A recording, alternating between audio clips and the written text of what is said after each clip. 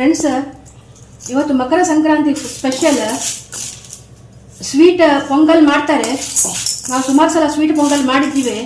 ಆದ್ದರಿಂದ ಹಬ್ಬದ ಪ್ರಯುಕ್ತ ಸ್ವೀಟ್ ಅಂತ ಪಾಯಸ ಅಂತ ಕಡಲೆಬೇಳೆ ಪಾಯಸ ಮಾಡ್ತಾ ಇದ್ದೇವೆ. ಕಡಲೆಬೇಳೆ ಪ್ರಯುಕ್ತ ಸ್ವಲ್ಪ ಸ್ವೀಟ್ ಮಾಡ್ತಾ ಇದ್ದೇನೆ. ಇದು ಸ್ವೀಟ್ ಪಾಯಸ ಮಾಡ್ತಾ ಇದ್ದೇನೆ. ಬರೀ 1/4 ಕಪ್ ಕಡಲೆಬೇಳೆ ತಗೊಂಡಿದ್ದೇನೆ. ಇದನ್ನು ಸ್ವಲ್ಪ ಹುರಿಬೇಕು. ಹುರಿದು ನೆನೆ ಹಾಕಬೇಕು, ಮತ್ತೆ ಕುಕ್ಕರಲ್ಲಿ ಬೇಯಿಸಬೇಕು. ಆಗ ಬೇಗ ಬೇಯ್ತದೆ. ನೆನೆ ಹಾಕಿದರೆ ಇದನ್ನು ಸ್ವಲ್ಪ ಹುರಿಬೇಕು. ಪಾಯಸ ಮಾಡ್ತಾ ಇದ್ದೇನೆ. ಎಲ್ಲರೂ ಮಕರ ಸಂಕ್ರಮಣಕ್ಕೆ ಕಿಚಡಿ, ಸ್ವೀಟ್ ಕಿಚಡಿನೇ ಮಾಡ್ತಾರೆ. ಆದರೆ ಸ್ವೀಟ್ ಕಿಚಡಿ ಸುಮಾರು ಸಲ ನಾವು ಮಾಡಿದ್ದೇವೆ. ಅದರಿಂದ ಹಬ್ಬ ಅಂತ ಒಂದು ಸ್ವೀಟ್ ಇರದೇ ಇರೋದು ಬೇಡ ಅಂತ ನಾನು ಕಡಲೆಬೇಳೆ ಪಾಯಸ ಮಾಡ್ತಾ ಇದ್ದೇನೆ. ಈ 1/4 ಕಪ್ ಕಡಲೆಬೇಳೆನ ಇದು ನಿಮ್ಮ ಕುಕ್ಕರಲ್ಲಿ ಸ್ವಲ್ಪ ತುಪ್ಪ ಹಾಕಿ ಬೇಯಿಸ್ತಾ ಇದ್ದೇನೆ.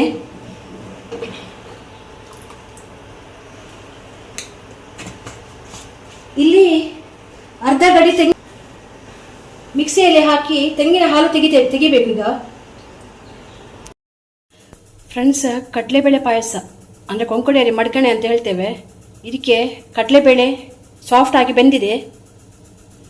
ಇಲ್ಲಿ ನಾವು ತೆಂಗಿನ ಹಾಲು ರೆಡಿ ಮಾಡಿದ್ದೇವೆ. ಇದು 1ನೇ ಸಲಕ್ಕೆ ತೆಗೆದ ತೆಂಗಿನ ಹಾಲು, ದಪ್ಪ ಹಾಲು. ಇದು 2ನೇ ಸಲಕ್ಕೆ ತೆಗೆದದ್ದು. ಇದು 3ನೇ ಸಲಕ್ಕೆ ತೆಳು ಹಾಲು. ಸ್ವಲ್ಪ ಕಾರ್ನ್ಫ್ಲೋರ್ ಮಿಕ್ಸ್ ಮಾಡಿ ಇಟ್ಟಿದ್ದೇನೆ. ಕಾರ್ನ್ಫ್ಲೋರಿಗೆ ಸ್ವಲ್ಪ ನೀರು ಹಾಕಿ ಮಿಕ್ಸ್ ಮಾಡಿ ಇಟ್ಟಿದ್ದೇನೆ, ಸ್ವಲ್ಪ ದಪ್ಪ ಬರಲಿಕ್ಕೆ. ಇಲ್ಲಿ ಏಲಕ್ಕಿ ಪೌಡರ್, ಏಲಕ್ಕಿ ಮತ್ತು ಸಕ್ಕರೆ ಹಾಕಿ ಮಿಕ್ಸಿಯಲ್ಲಿ ಪೌಡರ್ ಮಾಡಿದ್ದೇನೆ. ಇಲ್ಲಿ ಗೋಡಂಬಿ ಬೀಜ, ಇದಕ್ಕೆ 1/4 ಕಪ್ಪಷ್ಟು ಬೆಲ್ಲ. ಈಗ ಬೆಲ್ಲವನ್ನು ಈ ಕಡಲೆಬೇಳೆ ಒಟ್ಟಿಗೆ ಮಿಕ್ಸ್ ಮಾಡ್ತಾ ಇದ್ದೇನೆ. ಕರಗಬೇಕೀಗ. ಫ್ರೆಂಡ್ಸ್, ಕಡಲೆಬೇಳೆ ಒಟ್ಟಿಗೆ ಬೆಲ್ಲ ಹಾಕಿ ಮಿಕ್ಸ್ ಮಾಡಿದ್ದೇನೆ. ಕಡಲೆಬೇಳೆ ಇದು ಬೆಲ್ಲ ಕಂಪ್ಲೀಟ್ ಕರಗಬೇಕು. ಸ್ವಲ್ಪ ಪಾಕ ಬಂದರೆ ತೊಂದರೆ ಇಲ್ಲ, ಒಳ್ಳೆಯದಾಗ್ತದೆ.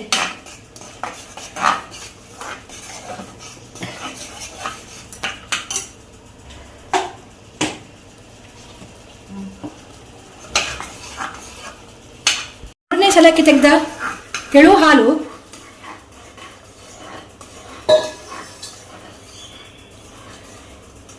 ಸ್ವಲ್ಪ ನಾನು 1 ಚಿಟಿಕೆ ಉಪ್ಪು ಹಾಕ್ತಾ ಇದ್ದೇನೆ.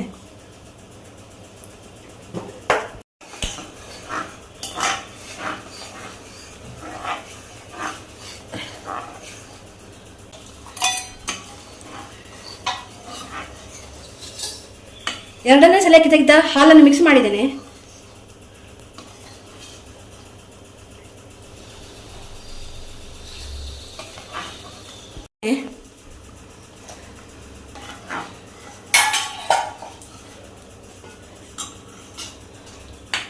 ನೆಕ್ಸ್ಟ್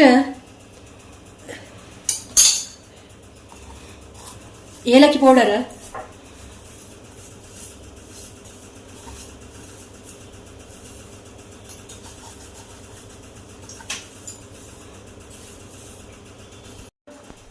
ಕಾರ್ನ್ಫ್ಲೋರಿಗೆ ಸ್ವಲ್ಪ 3ನೇ ಸಲಕ್ಕೆ ತೆಗೆದದ್ದು ತೆಂಗಿನ ಹಾಲು ಮಿಕ್ಸ್ ಮಾಡಿ ಇಟ್ಟಿದ್ದೇನೆ. ಪುನಃ ನಾನು ನೀರು ಹಾಕಿ ಮಿಕ್ಸ್ ಮಾಡಲಿಲ್ಲ.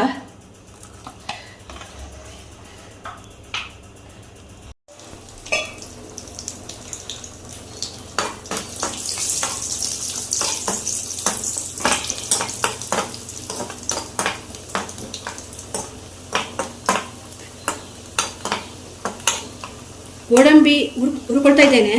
ನಿಮ್ಮಲ್ಲಿ ದ್ರಾಕ್ಷಿ ಇದ್ರೆ ದ್ರಾಕ್ಷಿನೂ ಹಾಕ್ಬೋದು.